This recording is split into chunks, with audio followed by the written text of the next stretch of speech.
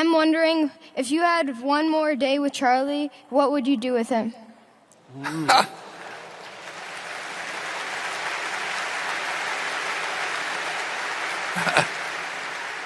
Warren Buffett's response to the boy's question reveals an important aspects of his relationship with Charlie Munger and their approach to business and life. Listen to his full reflection of friendship to his longtime friend and partner. Well, it's kind of interesting because, in effect, I did have one more day. I mean, it wasn't a full day or anything, but we always lived in a way where we were happy with what we were doing every day. I mean, Charlie liked learning.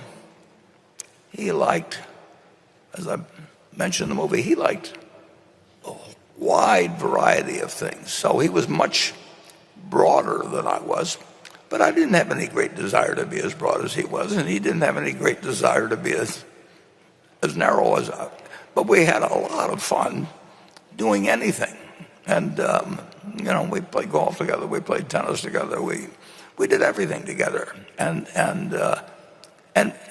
this you may find kind of interesting. We had as much fun, perhaps even more to some extent, with things that failed, because then we really had to work our way out of them. And in a sense, there's more fun having somebody that's your partner in digging your way out of a foxhole than there is just sitting there and watching an idea that you got 10 years ago just continually produce more and more profit. So it wasn't, he really fooled me, though. He went to 99.9 years. I mean, if you had picked two guys, he publicly said he never did a day of exercise except where it was required when he was in the Army. So he never did a day of voluntary exercise. He never thought about what he ate.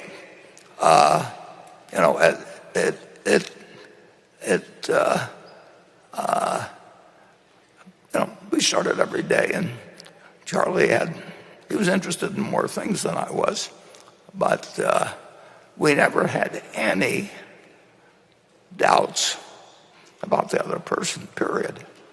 And so if I'd had another day with him, we'd probably done the same thing we were doing the earlier days, and we wouldn't have wanted another. We only had one day. There's a great advantage in not knowing where you're going to, what day you're going to die. And Charlie always said, that just tell me where I'm going to die, so I'll never go there. Well, the truth is, he went everywhere with his mind, and therefore he was not only interested in the world at 99, but the world was interested in him. It's remarkable.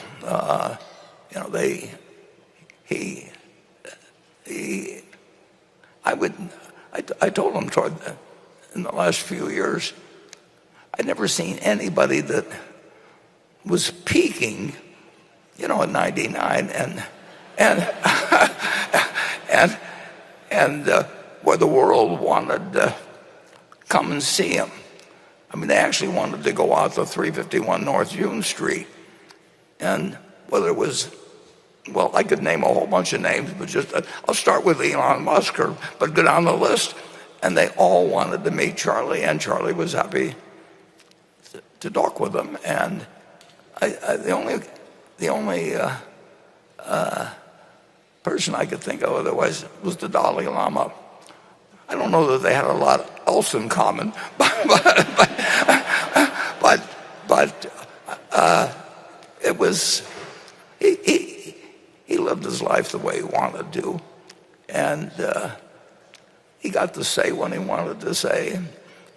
He, like I, loved having a podium, and And again, I can't remember any time that he was mad at me or I was mad at him. It just didn't happen. And calling him was fun back when long distance rates were high, and we didn't talk as often as in recent years. As we used to be on daily for long periods, and we did keep learning, and we liked learning together. But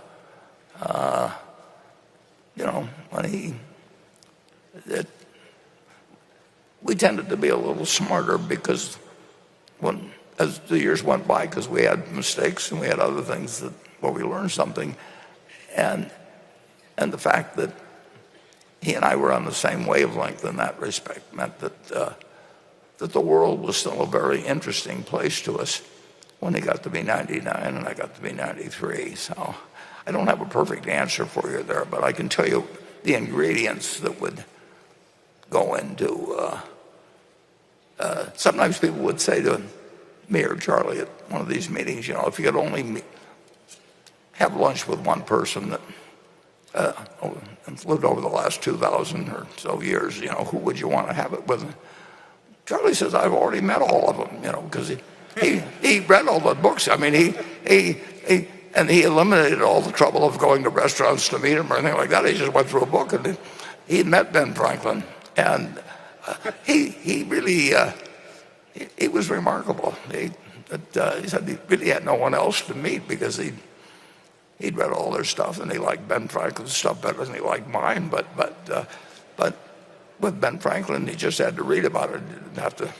He didn't have to go have lunch with him or anything of the sort. But it's an interesting question. What you should probably ask yourself is that, who do you feel that you'd want to start spending the last day of your life with, and then figure out a way to start meeting them or tomorrow, and meet them as often as you can.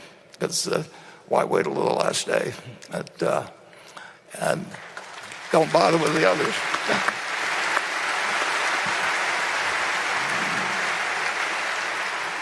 Warren Buffett's response encapsulates valuable lessons about enjoying one's friendship. He emphasizes that he and Munger always found happiness in their endeavors, suggesting that their fulfillment came from the process itself, not just the outcomes. It's a reminder of the importance of enjoying the journey, not just the destination. Buffett also mentioned that they enjoyed doing everything together, from playing sports to solving business problems. This underscores the deep partnership and camaraderie between him and Munger, built on mutual respect and shared experiences. Additionally, he highlighted the importance of maintaining a positive attitude and a sense of humor, even in the face of difficulties. Thank you for watching this video.